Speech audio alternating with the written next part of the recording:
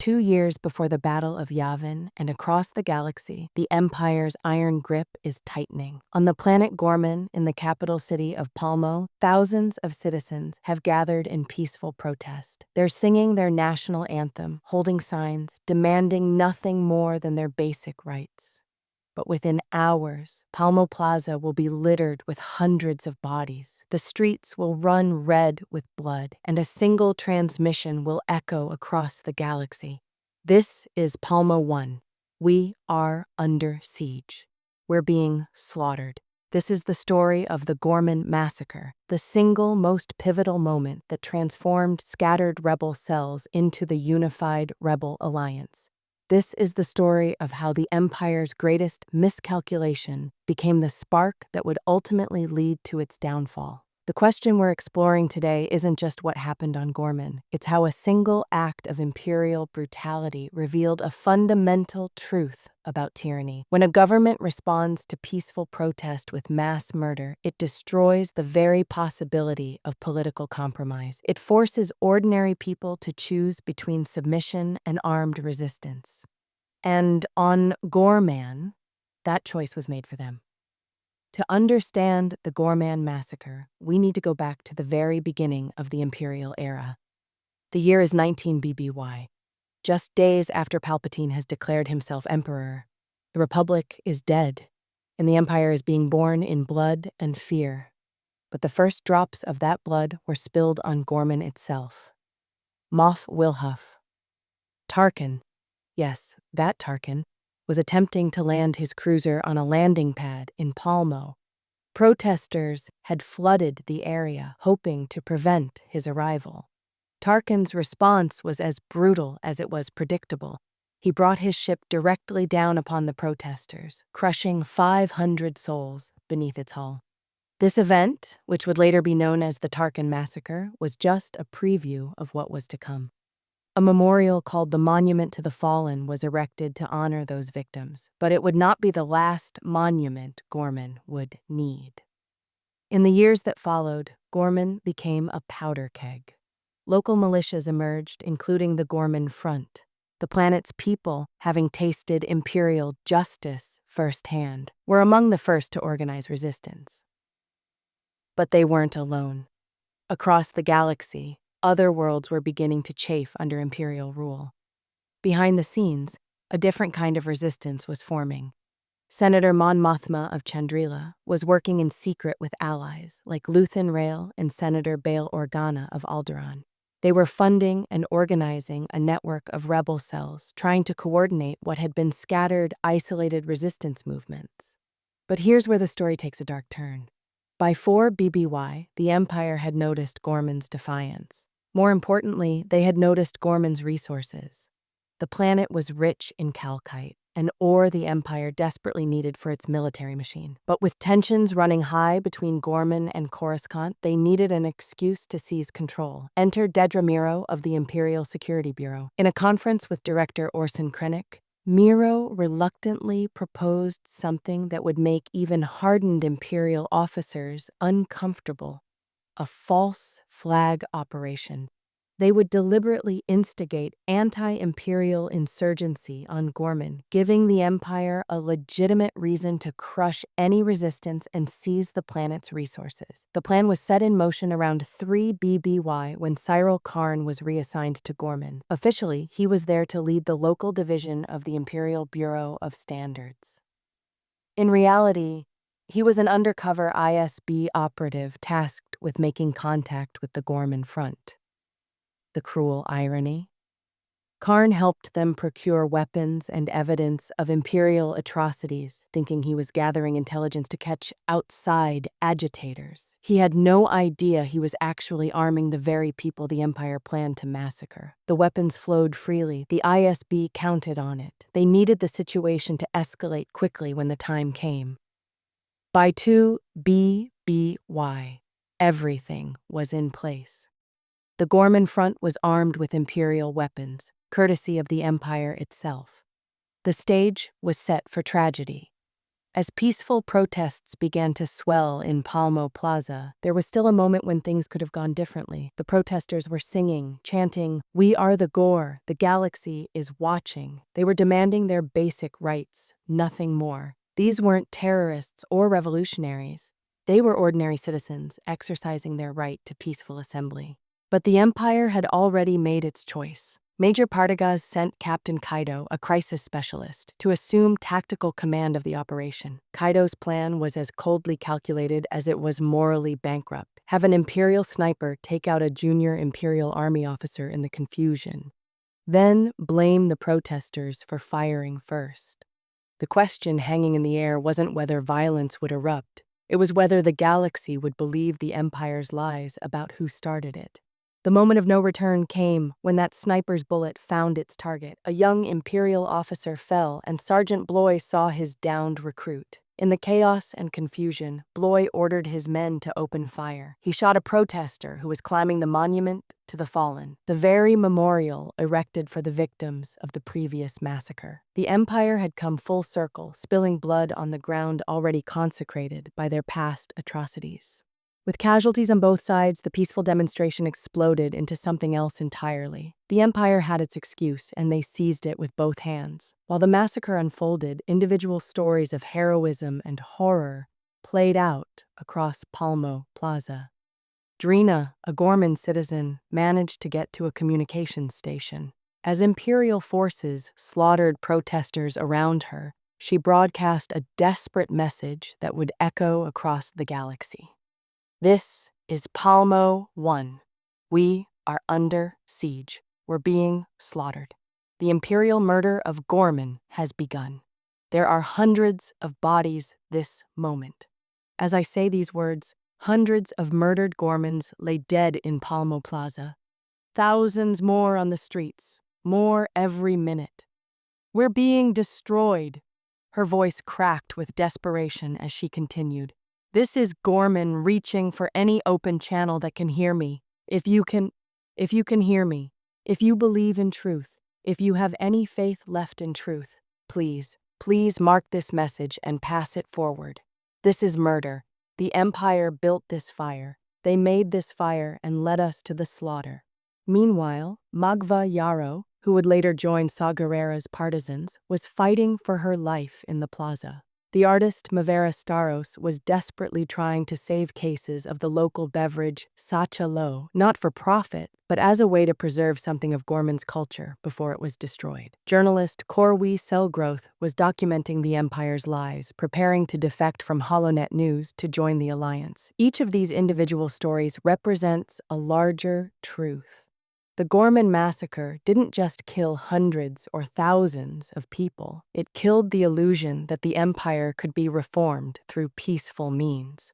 Now, what happened next was the Empire's attempt to spin the massacre as a victory for law and order. This is where we see the true nature of imperial propaganda in all its horrifying glory. Pollux Hax, the Minister of Information for the Commission for the Preservation of the New Order, took to imperial hollow vision with a message that would make Orwell's Ministry of Truth proud. Acceptance of imperial law is the only way in which ordinary citizens can protect themselves from the dangers and violence of disorder. Think about that for a moment. The Empire had just orchestrated a false flag operation that resulted in the deaths of hundreds of innocent people, and their response was to tell the galaxy that submission was the only way to stay safe. It was gaslighting on a galactic scale, but the Empire had miscalculated. They thought that by making an example of Ghorman, they would terrify other worlds into submission. Instead, they had done something far more dangerous.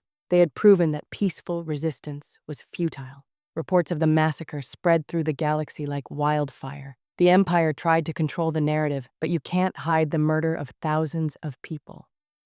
Word reached Senator Tinra Pamlo, who worked closely with Rebel Alliance intelligence. It reached Mon Mothma in the Imperial Senate.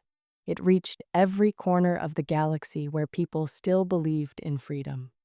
The moment when everything changed came when Senator Mon Mothma stood before the Imperial Senate and did something unprecedented. She publicly condemned the Empire's actions as genocide. She called Emperor Palpatine a monster. She placed the blame for the massacre squarely on the Emperor himself. This wasn't just political theater. This was a sitting imperial senator calling the Emperor a mass murderer in front of the entire galaxy. The Empire's response was swift and predictable. They declared her a traitor and launched a manhunt. But Mothma had crossed the Rubicon. There was no going back. She fled Coruscant and, with the help of the Spectre's rebel cell led by Hera Syndulla, made her way to Dantooine. There, she would do something that would change the course of galactic history. As Mothma went into hiding, the Empire's machinery of oppression went into overdrive. The Imperial Security Bureau, already hunting rebel cells across the galaxy, now had a new target. The former senator from Chandrila. ISB agents scoured the galaxy, following every lead, tracking every transmission. The Empire thought they had the situation under control. After all, they had turned a peaceful protest into a massacre and then blamed the protesters for it. They had driven their most vocal critic in the Senate into exile. They had shown the galaxy what happened to those who defied imperial rule. But they had also done something else. They had validated every argument the rebels had ever made about the Empire's true nature. They had proven that compromise was impossible, that peaceful resistance was futile, that the only way to oppose tyranny was through armed rebellion. The scattered rebel cells that had been operating in isolation suddenly had a common cause. The Empire's brutality had given them something more powerful than any weapon: moral clarity. For a moment, it seemed like the Empire might succeed in burying the truth about Ghorman. Their propaganda machine was working overtime, painting the massacre as a necessary response to terrorist violence. Some people believed it. Some people wanted to believe it because the alternative, that their government was capable of such monstrous acts, was too horrifying to contemplate. The memorial to the fallen was desecrated. The survivors were scattered. The truth seemed to be drowning in a sea of imperial lies. It looked like the Empire had won, that the sacrifice of the Ghorman protesters had been in vain. But that's not how this story ends. In the depths of her exile, Mon Mothma faced a choice that would define not just her future, but the future of the galaxy. She could remain silent, accept her exile, and live out her days in obscurity. Or she could do something that had never been done before: unite the scattered rebel cells into a single, unified resistance movement. The weight of history pressed down on her shoulders. She thought of the bodies in Palmo Plaza, of Drina's desperate transmission, of all the people who had died believing that their voices mattered. She thought of the Empire's lies, of Palpatine's smug confidence, of the darkness that was spreading across the galaxy, and she made her choice. Standing before a gathering of rebel leaders on Dantooine, Mon Mothma prepared to deliver a speech that would echo through history. She had resigned from the Imperial Senate, but she was about to accept a far more important position: leader of the Rebel Alliance. The transmission went out across the galaxy, carried by rebel networks and sympathizers. It reached every hidden cell, every resistance fighter, every person who had ever dreamed of freedom. "This is Senator Mon Mothma," she began, her voice carrying the weight of absolute conviction. "I have been called a traitor for speaking out against a corrupt galactic senate, a senate manipulated by the sinister tactics of the Emperor. For too long, I have watched the heavy hand of the Empire strangle our liberties, stifling our freedoms in the name of ensuring our safety. No longer."